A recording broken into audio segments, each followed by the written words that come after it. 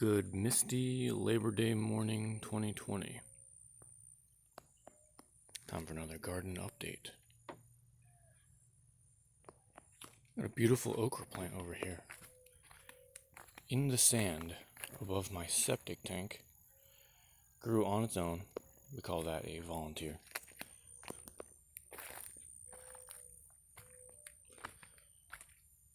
Also got a happy papaya over here. Very happy okra in a self-watering container.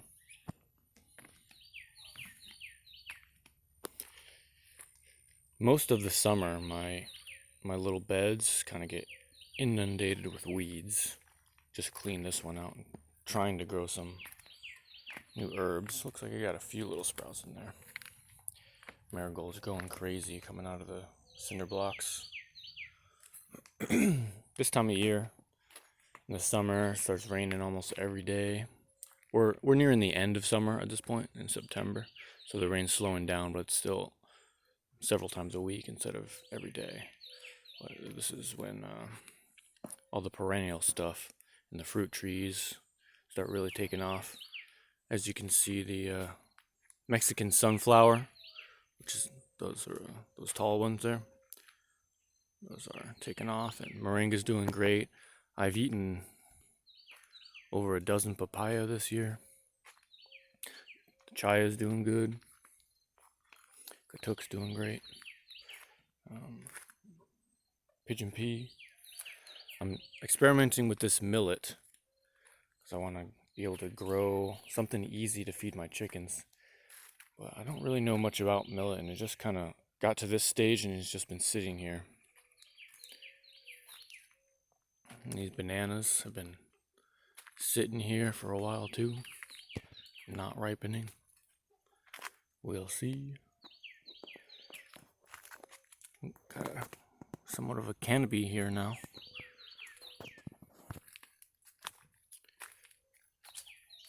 Let's see what else we got.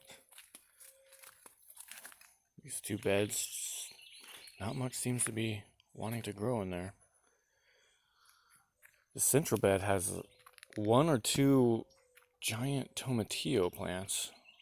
This thing is sprawling out everywhere. Got one tomatillo office so far. And the rest of the bed is weeds. Looks like one radish hanging on. A little basil and some weeds.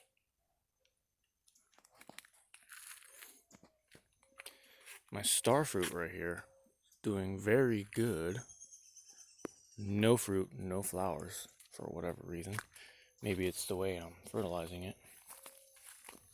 Mostly nitrogen fertilizer, if you can guess what I mean by that. This area got overtaken with weeds, so I am attempting to grow sweet potatoes in here. So I threw tons of grass clippings and the chicken coop material on here. And the sweet potatoes that were already there but were struggling are now doing better. And then I planted a few that had sprouted in my kitchen. They're just starting. It's September, and usually November is when you want to harvest sweet potatoes. So I may not have given them enough time, but we'll see. I have another sweet potato bed I did the same thing with, but I did it months ago, so that one should be good. My jackfruit finally has some growth. It was not a happy camper this year. Let me show you the other sweet potato bed. There's some fierce competition in here with the Biden's Alba, and I see a wire weed and a cranberry hibiscus and a chamber bitter in there as well. Those have slight medicinal benefits, the chamber bitter and the wire weed, but not really worth it if you ask me. And there's a pepper plant there too. But basically, I'm hoping to get a ton of sweet potatoes from here. It'll be a lot of work to get through all that. I have to put fences around my sweet potatoes because the wild rabbits will come and eat the sweet potatoes down to the ground every day. Another thing I've been doing is actually mowing my own lawn. And I like to use the grass clippings as a mulch that also breaks down and feeds the soil, which is what I've done here. This bed was completely overtaken, and now I just left some pigeon peas, an okra, and some cassavas poking up until I'm ready to use it when the cool season comes. It looks like a couple Bidens are poking up too. My assistant dug a giant trench here a while ago, and on the mounds of sand on each side of the trench, we put millet and amaranth, and it looks like the millet did very good, but if you see here, kind of looks like they're moldy. I'm still learning about millet, so it doesn't look right. So it may kind of be a failed experiment. I actually had a bit of a hard time sourcing millet, so I bought some big bag of like hybrid millet seed, but maybe I need to find an heirloom variety. My neighbor has been providing me with cut pine logs, which are going to be great when the weather starts cooling down too. This was a trench I dug, completely overtaken with weeds. The taro did not make it. The only time I'll be attempting taro again will be when I have a pond, because it's just too much to manage in the summertime. I was gone for 2 weeks and looking like this.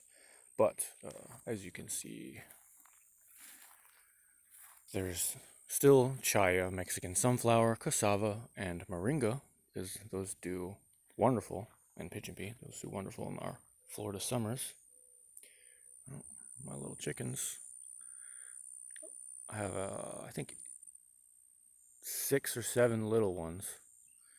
They're almost of laying age. Oh, maybe I'll get a few eggs before it gets to winter. Over here I have a little grouping of plants. I got a mulberry there, a katuk in the middle, and a cassava here. I planted this cassava over the grave of one of my favorite rabbits. And I still haven't looked up what trees I have back here. That's one I got from a nursery. And there's one over there too. Looking beat up over there. One of them is a cashew, and I think one is maybe a sapodilla or something. I just can't remember. Oh, I don't remember this one either. I have a male papaya here. This won't give me fruit, but if I have any female papaya that aren't asexual, then this is good to have. It'll hopefully provide pollination for them.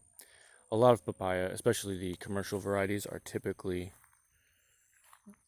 self-reproductive, so shouldn't be an issue, but I like trees anyway, so I'll keep it. And here I had a wild yam vine show up, and it kept getting eaten by something, which I assume was a tortoise. So I put this cage around it, and then I actually had some fishing line that I tied to the cage, and you can't even see it now, but I actually tied it to that branch, and that has allowed that yam vine to get all the way up there, and that just tickles me. So I think that's cool, and maybe doing the same thing right here, but I might not need a line for this one, and I might not need a real cage for this one. It just needed something to climb on. I think these are wild varieties. I also, so wild varieties showed up the same time I planted a store-bought variety from Publix. I think it was called Name or Name. So, let's see. See. Oh, so actually I think those two may be store-bought. This one back here, up that little oak tree, that's a wild one. Another rabbit grave down here where I planted some little papaya seedlings, which looks like something kind of dug around in here a bit. and longevity spinach and katuk. And let's see, I got some vine here. I'm not sure exactly what that is. Looks like it might be a melon or something. Maybe a loofah gourd. I have a bunch of loofah gourds. This avocado is not looking good, but oddly enough, the one I have over there, which I haven't showed yet, looking real happy even though it's pretty shaded. My frankentrellis just cleaned out most of the weeds and planted some beans and loofah in here. As you can see, actually, I think this in the foreground here is cucamelon. It's been there a while, and then in that corner with the pillar, that's the pole beans, and there's a few loofahs, and then in that other corner you might see a little. Well, there's marigolds and there's also purslane. Purslane is an awesome weed, very, very healthy for you. A lot of times you'll see it growing in the cracks of the sidewalks. I don't know if you saw that, but it looked like a scrub jay flying around. I love being in my garden in the morning, watching the bunnies frolic, and at least 4 types of birds fly around and like land on the pine logs and look for bugs and like around my compost bins. I had some successful squash here, and I have heard that you can bury them and they will reroot. It's either squash or maybe some kind of melon here. So I wanted to keep the weeds down, so I tossed grass clippings here, and they're still alive, and also did a little bit of fertilizer, so that's kind of an experiment I'm messing around with. We'll see how that works.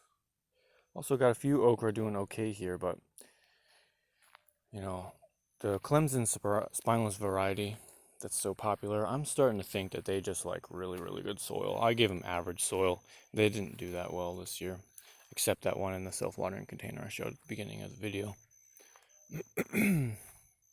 Got a loquat looking pretty happy here. So another loquat right there underneath that banana. And some tall ass Mexican sunflower. Alright. I think that'll conclude this video. Oh, no, I gotta show you this. Barbados cherry. Highly recommend this guy. Starting to flower. It's grown about something like 2 feet in the last couple months, I'd say. And once this thing really gets set, it's gonna just take off and produce berries multiple times per year for me. I'm really looking forward to that. And I'm also kind of looking forward to the cool season because I will be growing a lot of radishes and nasturtium and mustard. So I like having those fresh greens, mix it up. I've been eating chia and katuk all summer, and it's great, and it's very healthy for you, and it's very easy to grow. But I'm looking forward to the change in seasons so I can have something a little different. And these weeds here that are, or these plants here that are getting destroyed, that's a sprout variety of amaranth. They just can't handle it, so I'm attempting to collect wild varieties, and I'll show you those. They're doing a little better. Let's see, we got some over here. They're doing a little better, going to seed, but they're still getting roughed up. They're also not as attractive. But hopefully I can start cultivating good amaranth, because that would be a good summer green. Alrighty.